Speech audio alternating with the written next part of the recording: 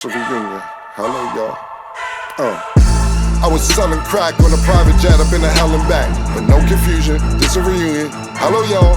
Welcome back. Get murder here. He counting money. He said, "Can man, the hell with rap." I'm only here to shit on niggas and piss on bitches. Welcome, ass. I bought jewelry and bikes, nigga. Black Benzes and white Vickers. Now I'm out here and I'm looking for more chandeliers and light fixtures. Nah. I don't like niggas, what's wrong with me? I'm a hype nigga, but this 44 turn to Michael Jordan. I look and say, take flight, nigga. Welcome back to It Is What It Is. This episode is sponsored by Underdog. The app is an easy way to make some cash just by making picks on your favorite players. Underdog is available in more than 30 states, including California, Texas, and New York, just to name a few. Make sure to support the show by hitting the link in the bio and downloading the Underdog app. Use code MACECAM or STAT to get up to $1,000 in bonus cash with your first deposit and a free pick. I'm Treasure Wilson, a.k.a. Stat Baby, along with your hosts, Mase and Cam. Killer, what's good, man? What's good, man? How you doing today? Yeah, I'm doing good, man. Yourself? Shit, I can't complain. I'm good, man. Oh, man. Good to hear. Stat, how you doing? I'm great. I'm glad to know y'all are great, too. Okay, today we are joined with our analyst, Maurice. Maurice, welcome back. Mo, what's going on, man? You trying to wear the Bulldogs? Yeah. Oh, that's Ohio State. Only Ohio State. Come on, man. Yeah. The national Yeah, when we play.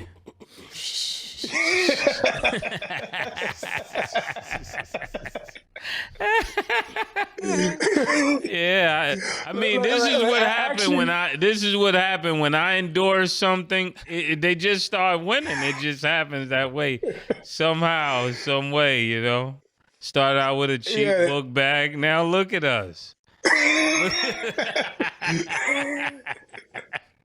Yeah, no, it's Monday. Monday down in Atlanta, man. Monday? So it's gonna be a good time. Yeah. Monday, 7:30 Atlanta. Killer, you coming? Pause. Well, with you, they kicked you out the whip. You don't even know you kicked out the whip. You ain't show up to that game, man. They had everything lined up. You kicked out the whip, man. You can't do your man. You can't get your man back like that. Pause, man.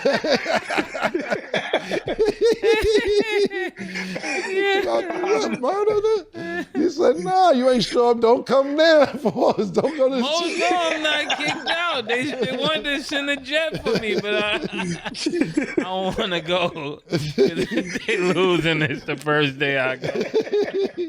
It messed my title town up, you know. I would love to go, man. Congratulations, Mom. Happy for you, man, and to be part of this whole situation, especially It's good. because I know after hopefully y'all win, and I want y'all to win, especially for Columbus. You know, I love Columbus, but you know, them niggas wanted to kick Coach Day out the way. They wanted to fire Coach Day after the loss to Michigan this year and last year, but especially this year. But I said this to myself. I said, winning the national championship would fix all that. I know losing to Michigan is a big, big deal, but I think his job is secure, even just getting there. But winning it, he's locked in. So congratulations, and I wish you guys luck. And Mo, look, it seems like you landed in the right place for basketball in college and football in college. But let me ask you this. Are you still Connecticut for college, or are you going back to Ohio State? Oh no, it's to the death of me. The UConn basketball. They was the first team that before this became popular, they had opened the door up. You know, I be talking to Coach Hurley all the time and thanking him. So before it even became like a popular thing, they brought me up to UConn and showed love and brought me into their program and allowed me to. They treated me like basically I was from there. But like I told somebody, I have a great life, man. Look, so I know you downplayed it, but like I get to do this show. I get to be with Ohio State football, UConn basketball, my family great, business booming, like my life great. Yeah, So, I'm around all winning things. And so like when you're around winners, you just keep on winning and it feels great. Mo, you didn't add me. Pause it with the title town. I'm really, don't let Killer, separate, what we doing in Ohio, Hey, when the last time have you ever been to Columbus, Ohio? Though, like, have you been there? I mean, I know you probably was on tour there, but have you ever been there? And if you have, when's the last time you've been to Columbus? Yeah. I'm saying, you can be part of it from a distance. Mo don't live in Connecticut, and he down. I was just wondering, when was you there? Yeah, I'm not gonna get into that, but this nigga Mo talking about some to the death of him now and all of that. Mo, to the death of you? Did they flew you out? Those my guys. 2 years. Mo been there 2 years in a row though for championship. Yeah. One thing I will say about Mo is title town when it comes to college football. He actually is a national championship, has a national championship. Not only a national championship, that nigga, Mo was Michael Jordan on that team. It wasn't like he was some random nigga off the bench. They won the title cup for him, man. So yeah, Mo, you wasn't Lil Rudy and all that. Yeah, you wasn't BJ Armstrong. Nah. You know what I'm saying? So. Put the little nigga in the game, let him run. Yeah. Mo was the man, man. Yo, Mo, did you get MVP? No, I didn't get MVP, but like I was. How about this? I said I definitely made an impact that season. Was a large contributor to what we did that season. But our quarterback actually, the quarterback got it. Yeah, the quarterback ended up getting MVP of that game. He had the best and the most productive game in that game. But I definitely played my part. I definitely did something legendary in the moment. And then I tell you like this, it do feel good to be back down there for this year, and then for us to go to the championship and just to be a part of it. It's like, shout out to my man Ryan Day, the whole university. But I told you I was a lion, man. I'm just around all winning things. And I honestly don't think it happens by accident. I think like you get into a winning spirit and then you just get attracted to everything that wins, and people just kind of want you around and stuff. So appreciate you all having me around here. So Mo, you up there pause with Bob Myers and Magic Johnson and all of them? That's what you're saying? Yeah, I'm winning. I can't deny it. You know what I'm saying? If you look at my life, like I'm winning. Like everything I'm involved in is successful. So I don't feel bad because when I was on my ass, like, you know what I'm saying? Nobody felt bad for me, but it feels with so much pride. I get to smile. And my mother watched the show too, so she loves seeing me smile. So she just get happy to see her baby happier. So I'm just happy I'm winning. That's dope. Love that. Great to hear. So before we actually move on and talk about Deion and the Cowboys, want to get your prediction on the game Monday. So we know Monday is the championship between Ohio State and Notre Dame. Maurice, how do you predict that game to go? You know what he of course. I don't think we're going to play good. We probably will lose. Yeah. Stamp it right here, right now, so then we get the post reaction. We haven't had a good week of practice. Yeah. No, I'm confident. I tell you like this. I'm confident from seeing these young dudes, the run that they're going on. If anybody watched it, I'm pretty sure a bunch of people in the comments, since the loss to Michigan, the run that they've put together from Tennessee out to Oregon, then we just got them playing Texas. These guys are playing great. And I'm confident that if we continue what we're doing, that we've done over the last 3 weeks, that we'll win. I don't know how to predict a score or anything like that because Notre Dame, like with all due respect, they got here too for a reason. But, I just predict that we'll prevail on Monday. And I'm pretty sure if we prevail, y'all see me smiling. Okay. Yeah, when they come to this game, I got Ohio State probably like they're gonna win by like 13 points. I don't see like Notre Dame beating them, and especially it's my team. I got a red Cowboy hat. I was gonna wear it today, but I'm gonna wear it Monday. Okay. All right, I'm a homer. I gotta go with Columbus. I don't really know too much about Notre Dame this year. I seen the last game they played. They actually won at the buzzer. Like it was a really close game. It was a good game. Yeah.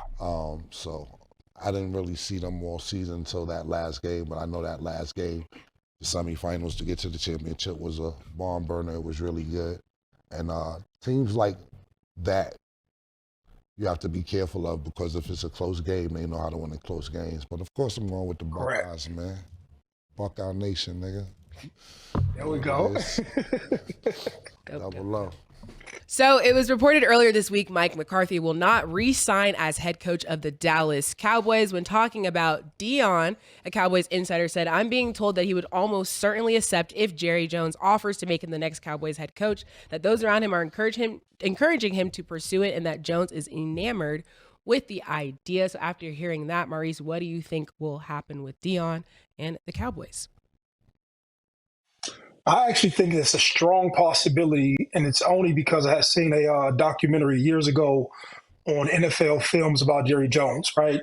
And I just came down from the stadium and just the love for Texas and football and all that good stuff, right? But I remember in the documentary, Jerry Jones had grown up with his father in grocery stores, and he said that he didn't view running a football team other than anything like running a grocery store. And the way that they used to run the grocery stores to separate themselves from anybody who basically were selling groceries was that they would bring a main act, and be it an entertainer, somebody who played music, somebody who juggled, some sort of thing to basically attract more people to their store. And I think just like in an old school way that Jerry Jones looks at Deion Sanders or anybody who could just basically help to, raise the profile, raise the esteem, and raise the notoriety of the team. They haven't been back to the championship in forever. So he probably thinking like, what do I have to lose? And so for that reason, just understand how he views it, and just the spark and the swag and everything that Deion brings to the program. I think it'll be like strong consideration, and Deion might be the Cowboys' next head coach. Yeah, I think this will be phenomenal for that program and for that franchise, because when you got somebody like Deion already played there, and with him coming back, is the stories that they could tell on top of Deion already being a marketing wizard. Is just him being in that stadium would mean so much to the state of Texas, being somebody who coached Pee Wee League, who coached high school, who coached middle school, and now to see him make it all the way up to the ranks and to come back to Dallas as a head coach will be phenomenal. I'm even thinking about what he could do for the team, because it's been stated on our show, it is what it is, from Michael Irvin, a sports analyst here, and great guy, great athlete. Pause. When he speak of Deion, he talks about how Deion motivated him and how Deion held him accountable and how Deion helped him to even play, at a higher level and to stay consistent. So that alone lets me know that Deion will be able to break through to other players on this adult level when it comes to sports. So I think he'll do a great job, and I think it'll be great for the city.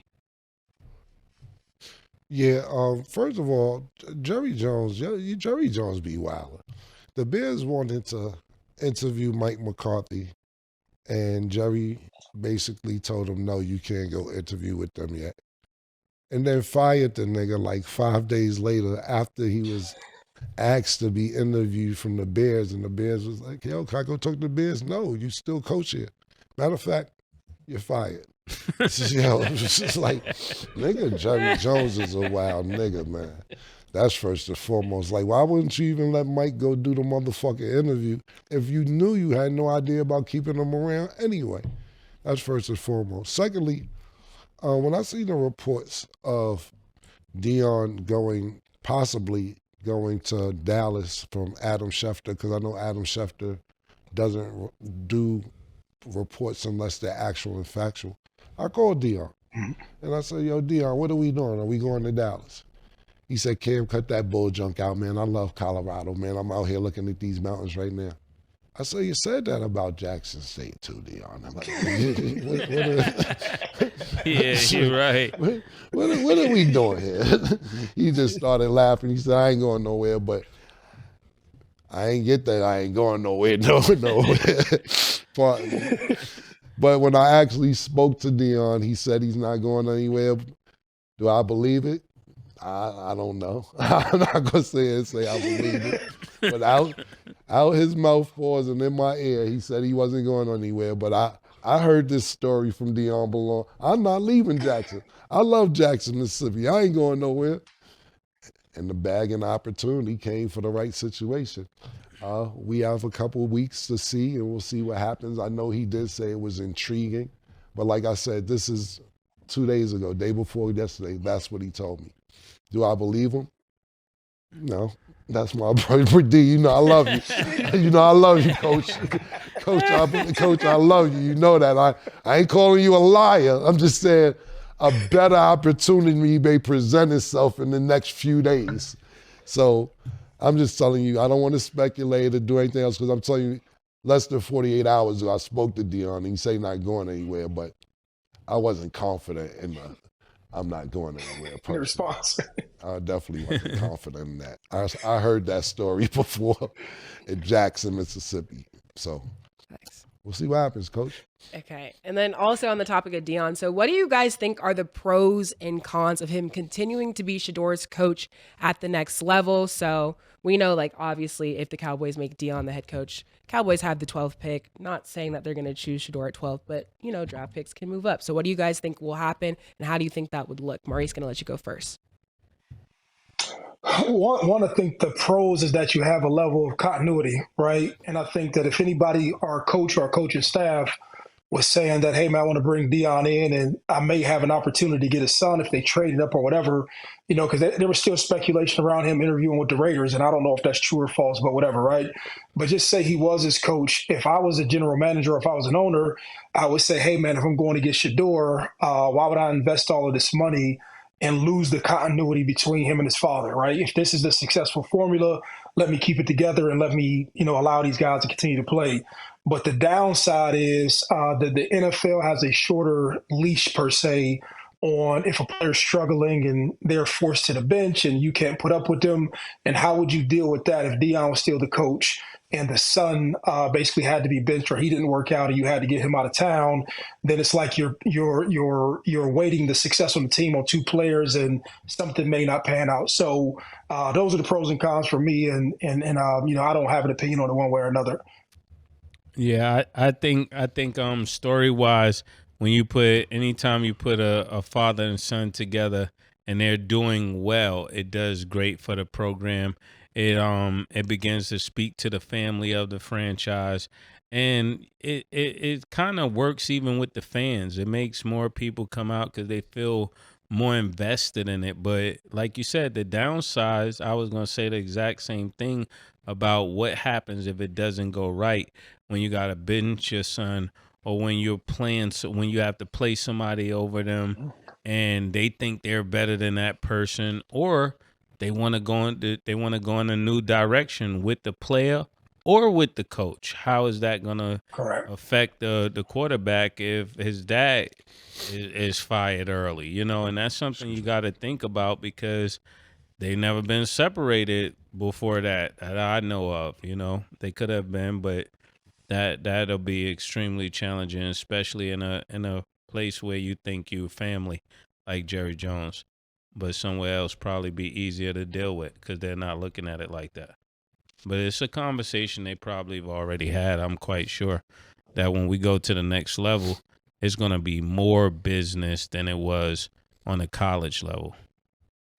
Correct. I'm not sure. Mase made those were fabulous points that Mase just made. And you too, Mo. You just never know because if it goes good, it goes good. If it goes bad, it could go really bad. And it's business on the next level. And Mase may just make some terrific points. What if they want to make a trade for Shador down the line, or they don't want Deion to coach and keep Shador? We'll see what happens, but is it worth a try? LeBron doing it. Greek Freak over there doing it with his brother. I definitely say it's worth a try. You know, if you could try it and it goes, it goes. Because you got to think about this. On the mock draft board, and I'm not saying that's 100% right, I'm not sure if Tennessee has a coach right now.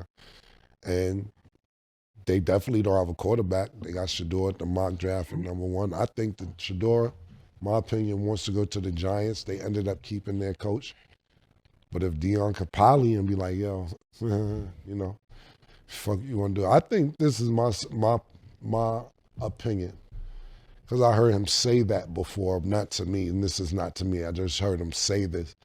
If I get a chance to coach my sons in the NFL, then I might come to the NFL. But you have to listen to what I'm saying. My sons with an S at the end. Not my son, my son. So if you got a team that's willing to take both of his sons and give him a coaching job, I think that'll definitely make him come to the NFL. Do I know this for a fact? No, we did not discuss that. But I'm just telling you, I heard him say that to Antonio Pierce actually before he left the Raiders. Hey, make sure y'all get my sons with S. It wasn't his son. So if you get Shiloh and Shador, then you might have an opportunity of getting both. As far as Deion coaching the Cowboys and Shador going to the Cowboys, I don't think that's realistic. They just gave Dak Prescott all this money. If Deion goes to the Cowboys, I don't think this is where I think that Shador and Deion's coach and father-son relationship kind of ends, because I don't think Cowboys are going to take Deion unless Deion pulls some magic off and Deion will sit there and wait for Dak Prescott to do bad and be like, yo, let me see what my son got. Like, this should have, it's really a movie, to be honest, which is going to happen. What's going to happen in the next few months. I can't wait to see it. But I would try it, and it's definitely could go bad when I say bad. But how bad can it really go? If you can manipulate the system, and I'm not saying Deion is, but we see LeBron on the floor with Bronny. We see Greek Freak on the floor with his brother, T.A. We done seen Ken Griffey on the field with his son, senior and junior. So it isn't like family hasn't played together before, but because Deion is so good and Shador is actually good, it's kind of different than, no disrespect to Bron and Bronny, and LeBron. The reason I say it's different because LeBron's, he's kind of the coach, even though he's not the coach. But he's, you know what I'm saying? He's really like the general manager and the coach, even though he don't got that title. But he gets the players he wants, he gets the coaches he wants, he gets the trade he wants. So we'll see what happens. Yeah, but when it comes to the, I know they thought about being in New York, and I know Deion Sanders and his sons thought about being in New York and thought about being at Vegas, but I think they'll settle for Tennessee if everybody can go, and that's something that they're probably working on with Tennessee. Tennessee, like, hey, you come here, you could do your thing, you could do whatever you want. It may not be New York, but it's your team, and that'll really work. Yeah, and I don't think the Lakers are doing that bad. B, y'all in sixth place, man, over 500. Y'all ain't OKC or Houston, but look at that. Houston didn't make the playoffs last year, and this year they in second place. So what that say for us? We barely made it last year. Cause Okadami, what's that nigga name? Udoka. That nigga on a mission. That nigga's like, nigga, He's a hell of a coach. He need his got name real back. serious. He's a hell of a coach. Jalen Green got that extension. And not only, now the thing about it is that when it comes to him, the reason why this is kind of good because he got railroaded in Boston, and this goes to show that he's actually a good coach. I'm not saying leaving Boston, the way he got exited was good, bad, or indifferent. But what I'm saying is that this goes to show that you're a really good coach, because when you're coaching Jason Tatum and Jaylen Brown and Drew Holiday and the good players on Boston, and you go to the championship and you probably will win the next year, which they did a couple years later, they'll be like, okay, he's good. He's coaching superstars. He's coaching a bunch of young players with a couple veterans and got them looking good. And even last season, they were they were a game or two away from making the playoffs. This year's looked like they're gonna finish in the top 4 seed minimum. So shout out to him, man. His coaching skills are really good. Facts. And that's what happens when you got something to prove, and they wanted to prove everybody wrong since everybody was doubting them. So shout out to the Rockets. Okay, so with the Bears head coaching vacancy, it's reported the race is close between two, Mike McCarthy and Ben Johnson. It was reported the Bears are seeking an offensive-minded head coach to cater to quarterback Caleb Williams. Maurice, do you think Mike McCarthy would be a good fit for the Bears? No. No, I don't think so. I don't know. I don't know how, and when I say this, I just don't know how losing NFL coaches just end up getting passed around and getting other head coaching jobs. Like, I don't know, like if I've not been in the NFL general manager's offices, but to me, that just never makes sense to me how you would continue to cycle through somebody who's just like constantly losing. Like, I would probably go source somebody else, and I would probably give somebody new up and coming an opportunity rather than somebody else who was just like mediocre and you just kind of seen this mediocre thing over the career.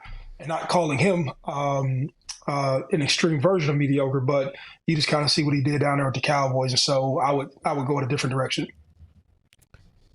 Yeah, I definitely don't think he could do anything different with the Bears than what he's presented at the Cowboys. I think you have more to work with, pause, at the Cowboys than you would have at the Bears. So if he wasn't able to pull it off there, why would he be able to do it with the Bears with less talent? And it's not like they're going to get that much better next year, so unless he can do a miracle, it really won't work.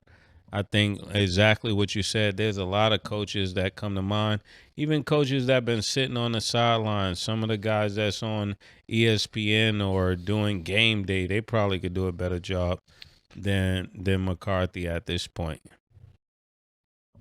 I think when you don't do well at a program like Dallas, it's hard to take you serious because that's like America's team. You're supposed to get up for that.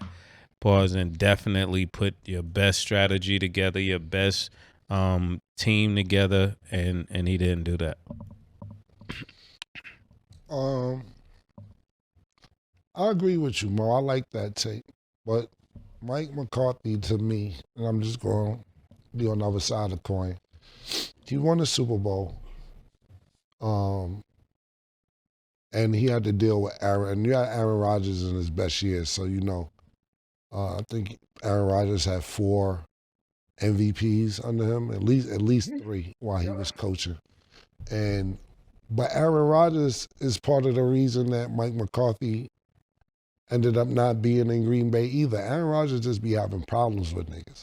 So when you got a superstar quarterback like Aaron Rodgers, and he's basically telling you to kick rocks, but most of you guys' relationship while he's coaching there, is that Mike McCarthy's fault? If you got a Aaron Rodgers who may not, and this is all speculation, this is not a fact, who's not listening to you because he's like, I don't think we should run that play, nigga.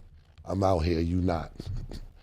That's the type of vibes Aaron Rodgers give me, you know what I'm saying? Not only that, let's just say this year, not throughout his tenure at the Dallas Cowboys, but just this year. You want Mike McCarthy to make magic when everybody's getting hurt. Dak Prescott signed an extension, $60 million a year, and then gets hurt right after that. So Mike McCarthy's playing with him without most of the season. You're a $60 million quarterback, and you expect him to make miracles happen. With backup quarterbacks, I can't even think of my nigga like Micah Parsons. He's hurt. Dallas dealt with a lot of injuries this season, and I don't believe any of it was Mike McCarthy's fault. Now, to Mo's point, whoever's fault it is, when you look at the record and you look at what's going on, you're right. He loses. He won 1 Super Bowl. You had Aaron Rodgers throughout his prime. You coached the Dallas Cowboys. You couldn't get it done. But if my main players and Pro Bowl players are injured, I don't know what you really want me to do. We see what injuries do to teams. We sat here at the beginning of the season, this season, my personal opinion, and I can't recall off the top of my head, but I'm pretty sure not just me, but a lot of people out there definitely didn't have San Francisco missing the playoffs. Nobody had San Francisco winning the playoffs. But when Ayuk gets hurt, when Christian McCaffrey's hurt most of the season, when Debo is hurt, when Kittles is playing on 50% for most of the season, what do you want Kyle Shanahan to do? Is Kyle Shanahan about to get fired? He's always getting there and not getting it done. So he's not on the chopping block, but they're not faulting him because of all the injuries that the 49ers had this season. Nobody had the 49ers not going to the playoffs. We're not even talking about how the 49ers are not in the fucking playoffs. So I agree with you, Mo, and recycling this. Sometimes it is time for some fresh blood. But, and I'm a black nigga, super black. I am. But is it fair to do this to Mike McCarthy and not Mike Tomlin? Stat. It's so funny.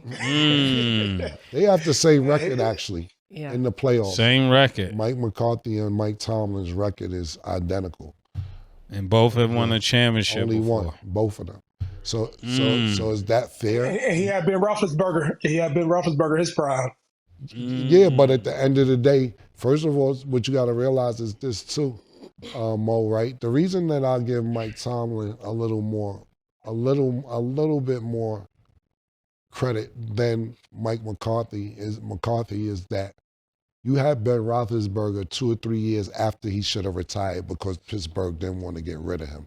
And they're like, damn, he's an agent because he's a 2-time Super Bowl champion. They're like, damn, we got to give him the respect. He want to play one more year. Ben Roethlisberger stinking it up old as shit. If the Steelers could just give me one more year, niggas like, Ben, would you gotta fuck go home, man?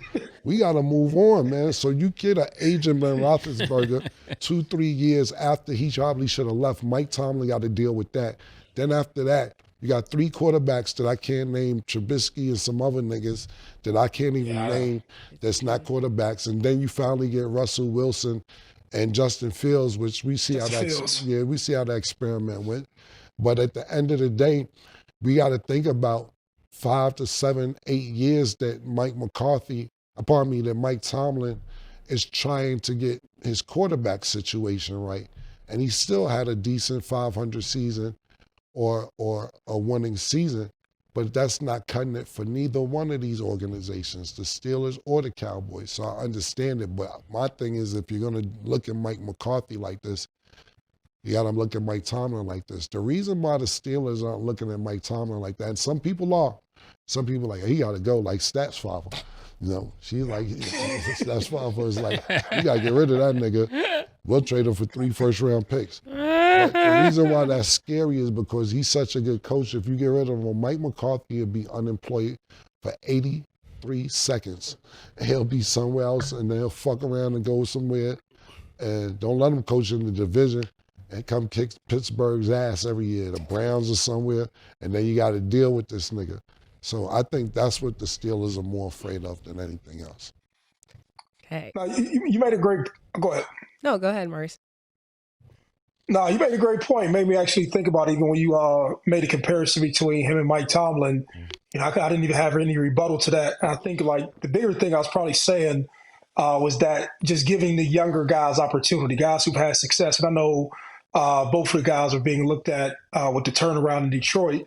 And, you know, and I just think this is just historical with me where you see people get cycled around and just you have somebody who's, you know, young and coming up in the ranks and they just don't get their shot. Like that was the whole Eric Bieniemy conversation, you know what I mean, where there wasn't any upward mobility because they just kept shuffling around the same head coaches.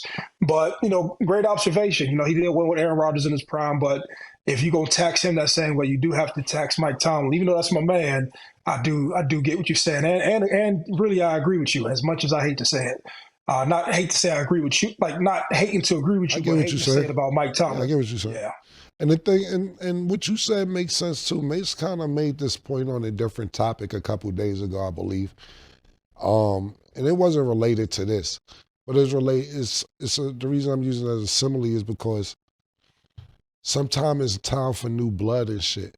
And when you keep bringing the same people around just because you think that, oh, they know football or know this and know that. Sometimes you have to give people a chance to see if they know what they know. I think Mase brought it up when we were talking about announcing all-star games and the NBA and boxings and so on and so forth. I love boxing and I love watching all the time, and I know it was an exhibition fight, but I was really thrilled and had a great time listening to Snoop Dogg commentate boxing. I thought it was entertaining. I thought we could relate to it more. When Snoop Dogg was fighting Mike Tyson, he said, "This remind me of my 2 uncles at the barbecue." And I was like, I like that shit. Not Snoop Dogg fighting Mike Tyson, pardon me. Mike Tyson fighting Roy Jones, with Snoop Dogg was commentating. And I thought that was really dope. But I agree with you, Mo. Sometimes it's time for new blood and younger people to get an opportunity. You sit there and look at Sean McVay. Sean McVay's like 39. They hired him when he's 30. A 30-year-old head coach in the NFL is crazy. But he's been successful, and he actually won a Super Bowl already. So I understand where you're coming from as well. Right. Okay, so this actually starts an even bigger discussion, and we're actually going to talk about the Steelers' next steps when we come back from the break.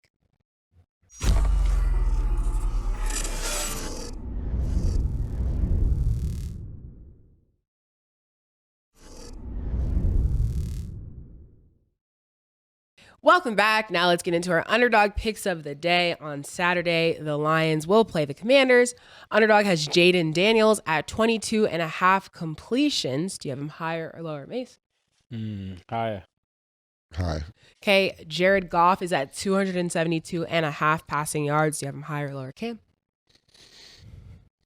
High. 270 272.5 passing yards. against Washington, right? Yeah, higher. Their defense not that scary. Okay, and Jahmyr Gibbs is at 84.5 rushing yards. Do you have him higher or lower, Mace? High. Low. Okay, if you guys like these picks, remember you always get a free pick if you're not already on Underdog, so make sure to support the show, sign up now, and you can make your picks too. So we're going to continue our Steelers discussion. So the Steelers entered the playoffs on a 4-game losing streak and haven't won a playoff game since the 2016 season. The Steelers have decided to keep Mike Tomlin for a 19th season. But Maurice, do you think that this is a good decision? And then basically we kind of touched on it earlier, but how do you see the Steelers' future going with Russell Wilson and Justin Fields? I think it was a good decision because they might be preparing just to see who's even in the market. I'm pretty sure they didn't expect him to go on a 4-game losing streak and continue what's been going on. But even as you start to replace or think about replacing somebody like him, you have to look to say, hey, who's in the marketplace? And then I'll tell you this, I'm pretty sure the Rooney family, they seen all these black coaches getting fired everywhere. I'm pretty sure they didn't want part of that publicity either. To let go of their head coach in the midst of all this. And then, you don't even understand who's in the market and what you're about to do and like how you have to like reformulate the entire team. And so I just think they give him another year, maybe 2 considering, what's going on. But even with the quarterback situation, like all of that goes into it. And I don't know who they keep. I don't know who stays, who goes. I would personally keep Justin Fields just because he has more, just more youth to him. And I would let Russell Wilson go because I don't think that they can afford him to be a backup. But that's just my 2 cents. Share me the question again, Stat. Yeah, so do you think the Steelers made a good decision in keeping Mike Tomlin as the coach for the 19th season? Then how do you feel about Justin Fields and Russell Wilson? Let me start with the Justin Fields thing. I'm one of those people that believe they would have gotten the very same outcome with Justin Fields, and the team in the future would be better. And I like Russell Wilson, pause as a quarterback, but I think this team would have been able to mature their future, get him some more snaps and throws that he would be a better quarterback going into the next season, even if they wanted to still keep him as a backup or QB2. And when it comes to Mike Tomlin, I really think that giving him 19, you're going to have to give him 20. It's like after you give him 19, it's like one of them setups where he can come back and say, yo, I just want to have 20 seasons here. Then if the 20 season don't work, you could leave. But if you gave him 19, it's going to end up being 20. Whether he win or not, he's still got to be there for the 20th because it's a landmark. And it's like a Ben Roethlisberger thing. He's going to have to get the extra year. But I would have got rid of him. Yo, Mo, I like what you said. That's a very good point, man. And when you said the Rooney family, it made me think of the Rooney Rule, which the Rooneys implied the Rooney Rule because of their organization. And for those that don't know what the Rooney Rule is making sure that people of color, not just black, these organizations have to give opportunities to people of color and not just somebody white. And the Rooney family came up with the Rooney Rule. And 2003, the NFL implemented that in the whole NFL so that at least that you have to interview black people, Spanish people, et cetera, everybody outside of just being white. And that was a great point you just made, Mo, saying that the Rooneys is not, the people who kind of made this fucking rule up do not want to be part of firing a black man after all these other black coaches have just gotten fired. I thought that was a great point you just made. Look, that's a great, and you made a couple great points, Mo. Who else is out there? Who else are you going to get? You don't want Mike Tomlin. Who are you going to get to replace Mike Tomlin? And I think that Mike Tomlin always says the right thing. If you look at Mike Tomlin's pregame, postgame, just when he talks very well. He says the right thing. If you try to put him under the gun, like he did something wrong, he'll explain to you like, no, the fuck I didn't, in the nice way. And I think it's nobody else out there to replace Mike Tomlin at the particular moment. But it's not going to be easy because he's not the general manager. When you want somebody to do something and they're not picking the players, it's not their fault. We just discussed this before the break. What does he have to work with? Is he doing good with what he has to work with? Absolutely. I think he's doing great with what he has to work with. That's not his job. His job is to coach the players that's put in front of him, and I think that he's doing a great opportunity. We was talking about it off the air before we during break. But let's think about this real quick. Who are these? He's struggling at the quarterback position, even this year with Justin Fields and Russell Wilson towards the end of the season and, of course, in the playoffs.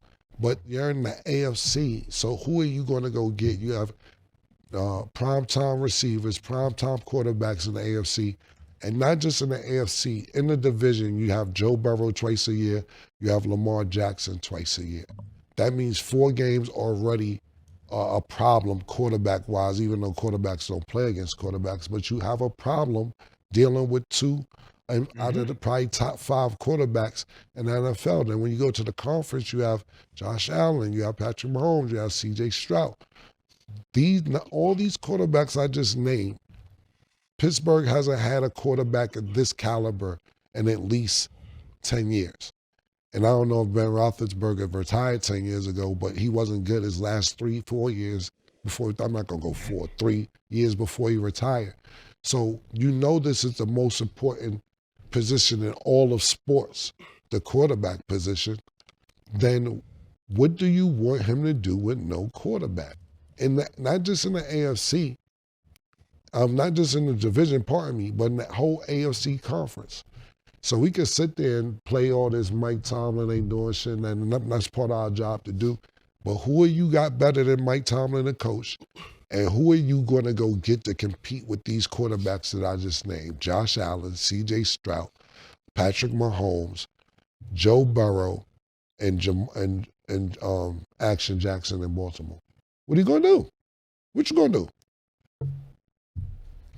Yeah, this is a tough one because I think, I mean, obviously I know I'm a Steelers fan. Nobody wants to see Mike Tomlin go to another team, and that's not even the Steelers' way. That's where I actually disagree with my dad because we've only had 3 head coaches since the 70s. So it's just like, I don't think that they're going to just give up Mike Tomlin. That wouldn't make sense. So I think they're going to continue to work with him.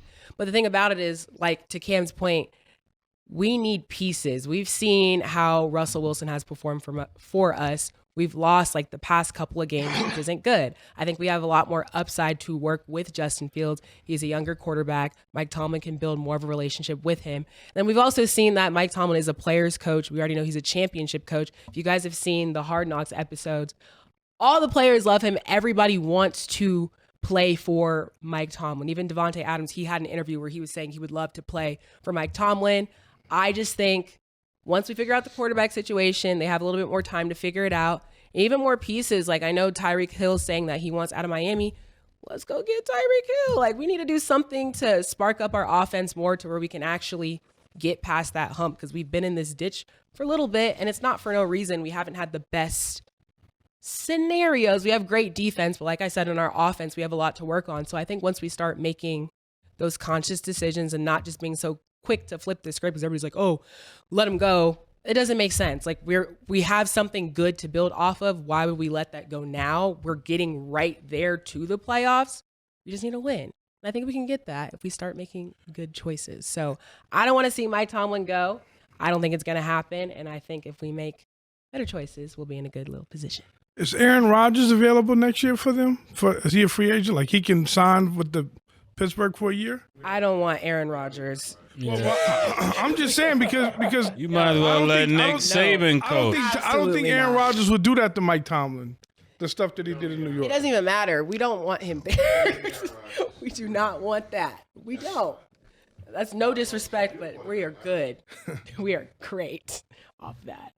Mo, do you think Nick Saban can coach in the NFL? No, if he had the ability to do that, he would have stayed at Alabama because the college environment right now is a professional environment, and I just don't think that a lot of these coaches who only know how to coach and be like dictators, it's hard to it's hard to engage with somebody who doesn't have to do everything you say when you say it. I'm not trying to say he's a good coach, but dealing with men who just don't just do what you say, pause. And in that fashion, his style of coaching that environment of like, just tell these niggas what to do is just gone. But I'll say this, that, and it's not the same point, but what contributes to a lot of this stuff, and I just found out just from being around football a little bit more now, or just closer to the game, fans in general, people's lives in general, they've got a shorter attention span. And that's just for any and everything, be it music, be it sports, be it whatever. But it's also with, if I'm not getting the result that I want out of this person, I could just change this person and be done with them and move on from them. And a lot of that stuff, it just comes from, social media and the teams and the front offices getting pressure from people to say, hey, man, I want a different result, or I'm not going to give you the support that I want. And so I just know that from being down at Ohio State, and, they didn't let Ryan Day sort of have that moment. And I was part of that moment with criticizing people. So I'm pretty sure when the Steelers hear all this stuff, there's a balance between how do I listen to my fan base, but then how do I also do what I know to be right and let Mike Tomlin sort of go through his rough moments. But, Steelers spoiled. They win a lot. They used to win a lot in the past, and so they want that thing back. And, that's just my opinion on that. Okay, so the Miami Hurricanes have a new quarterback in Carson Beck, who transferred from Georgia. Reports are saying he's projected to make up to $10 million in NIL deals since transferring. He's already set to make $4 million in NIL from the University of Miami collective alone. So, Maurice, how do you think he'll fit with Miami? Then what do you think about all this money that he's getting just for another year in college? Well, I think it's great. And I think like as you have more money being passed around, it gets normal to pay kids and allow kids to make money.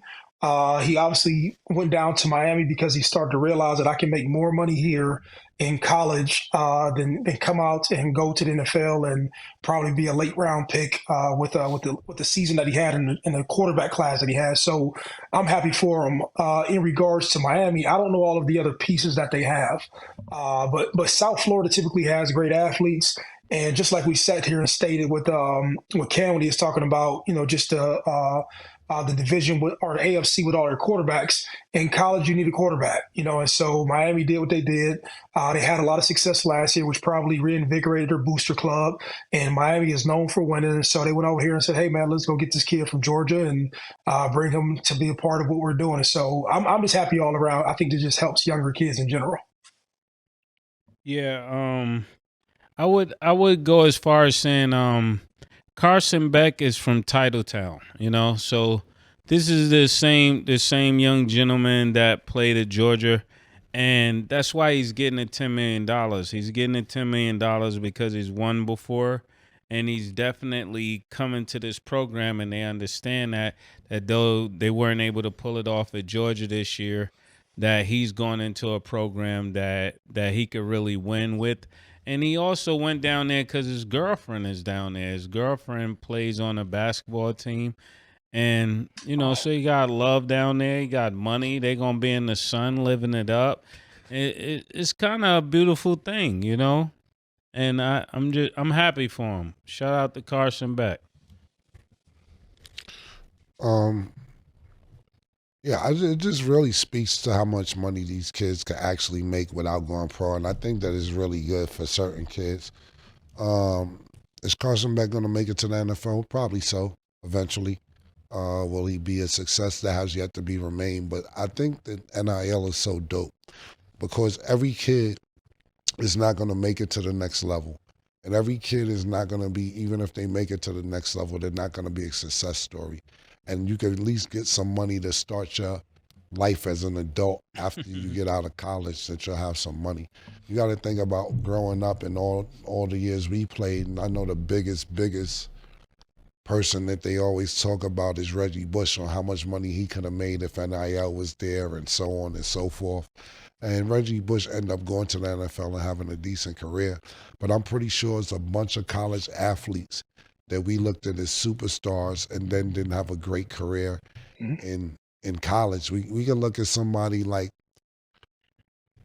we can look at Ohio, we can go to Greg Oden. He didn't have a great career, but imagine if he had a chance to make $20 million in college and all those injuries he had to go through as a pro, and it didn't pan out for him as a pro. At least he could have had a $20 million head start in life. And I think that's what's beautiful about the NIL situation. So, you know, when you're marketable, you're marketable. And I think this is a great situation. I need these kids getting some money. I think it's really dope. And that just goes to being marketable. It's a lot of people that aren't marketable. And when you say $4 million, that stat just read from Miami alone, that goes to the fact that they think he's a winner. But the other $6 million mean he's marketable. When you have all these other companies that's willing to give you money and put something around you, it's marketable. I won't get into names or anything else like that, but it's a bunch of people that's good at what they do, but they're not marketable. And they don't make a lot of money on endorsements and so on and so forth. It's a lot of great boxers that's great boxers, but they're not marketable. And they don't get the fights that they want. They feel they should get more money because they're great fighters and so on and so forth. Being a great fighter doesn't mean you're marketable. And that's the difference. So congratulations to Beck. Okay. On the flip side, I'm happy with the amount of money that he's making. I think that's super dope that these college athletes can make that, especially not knowing what their future will be in the league. But I don't really know how I'm feeling about him going to Miami, because I feel like something about Cam Ward being the quarterback, like, and I don't want to be like his aura, but like he had a very different aura than Carson Beck did. And then Xavier Restrepo, he declared for the draft. A lot of the good players at Miami transferred. I think that this is putting him in a very interesting situation. And I'm not trying to compare the two quarterbacks because they're different. Because I feel like the tools, Georgia has way better tools than Miami did. Yeah. Point blank, period. I think by him going to a situation like Miami and having to kind of, I'm not going to say start from scratch, but a lot of the pieces are gone. Yeah. I don't think he's going to have the same success that he had at Georgia. And then in one of the last games that he had with Georgia, he got injured.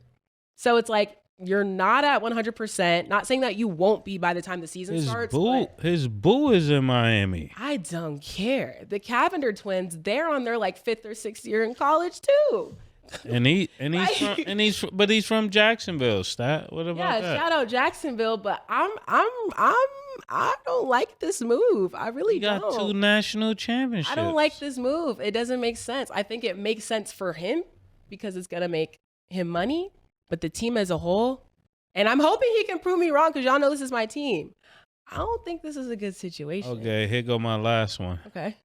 He's gonna be 24 as a quarterback in college, and you know, Miami like those players that are old. You remember that? Yeah, 9th year season. Shout out Cam, he did his thing, but gonna no. be 24. No, I'm not here for it. I'm gonna say that right now. He got the ball out against teenagers if he's 24. You would expect, but you don't know. Like, he just got injured. I don't know. I don't really like it. I'm just telling y'all that right now. I'm hoping he can prove me wrong and he has a great season for Miami because we're at such a high. Well, yeah. We were at such a high, and I want to remain there, but I don't know. For me, it's not looking too high. And especially like all the storylines, like when Cam Ward was quarterback, it's like he brought Miami back. We're back. All the storylines in Miami right now are literally Carson Beck and his girlfriend. Yeah, that's not what I want to see. Remember this stat because this is going to come back as a Russell Wilson. This is going to come back. Shout out to Carson Beck from Titletown, Jacksonville, 24 years old as a quarterback, but he's going to get it done. But to your point, the same thing that I said about Russell Wilson, even though I started supporting him, I told you I jumped shit because we see what happened at the end. It counts. Oh, you gotta play when it counts. Oh my You gotta do well when it counts.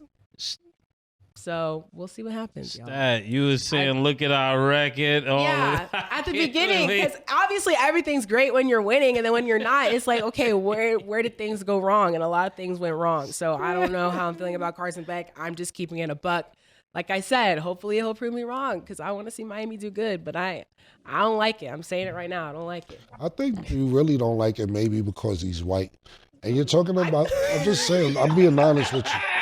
It sounds like you don't like it because he's white, because you're sitting there talking about he's getting hurt in this January like they're about to play tomorrow. He has plenty of time to get better. Secondly, Cam Ward wasn't there the year before last. Cam Ward played 1 year in Miami. He brought the organization back. It was an aura around it. He's buying chains. He's doing nigga shit. So it seems like an aura. But it isn't like Cam Ward was there for a bunch of time neither. He was there 1 year and turned it around. So I don't understand why you feel that Carson Beck is going to make a big problem when the organization only been good for 1 year.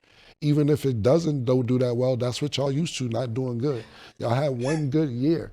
And so because Cam Ward it made all these, he did nigga shit, status feeling the aura, and now she talking about Carson Beck ain't gonna do good if you don't like it because he's not black. That's what I get from it. How Michael Irvin barbecuing outside the fucking stadium and all type of shit.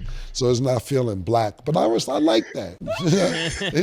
That's what's going on. To be honest, she has no other reason to feel this way. Stat went to the University of Miami for 4 years. They was trashed the whole 4 years she was there. They haven't been good for years. They had 1 year with one nigga. The one nigga bought they back. Now it's an aura. It is. Y'all you felt it. I don't even know how to explain it. You felt it. Like, I don't know. And I'm not hating on Carson Beck because go get your money, do your thing. But like, I don't. This is racist. Yeah, this is racist, and I don't like it. This is some racist shit, man. I dig it. I dig what she comes. But this is plain racist, man. Straight up in the air. It's not. I'll let y'all think. Do you know his girlfriend? The Cavender twins? Not personally. Yeah, but they were there when I was there. It's giving salt. No. Yeah, it's giving salt and pepper. No comment. No comment. I just, hey, as long as, I don't know, live your life, y'all. She said she was there when I was there. Something happened we don't know yet. No, not at all. And he's from Jacksonville, around your age. That's just a coincidence. All right, so you promised there was no salt. There's okay. No salt at all. All right. I want my team to win, but we believe you. That's all I got. Well, in the comments, let us know what you guys think about the exchanges. But that's all the time that we have for today. Maurice, glad to have you back. Good seeing you, Mo. Happy New Year, man. Good to see you. Well, thank y'all for watching. And as always, it is what it is.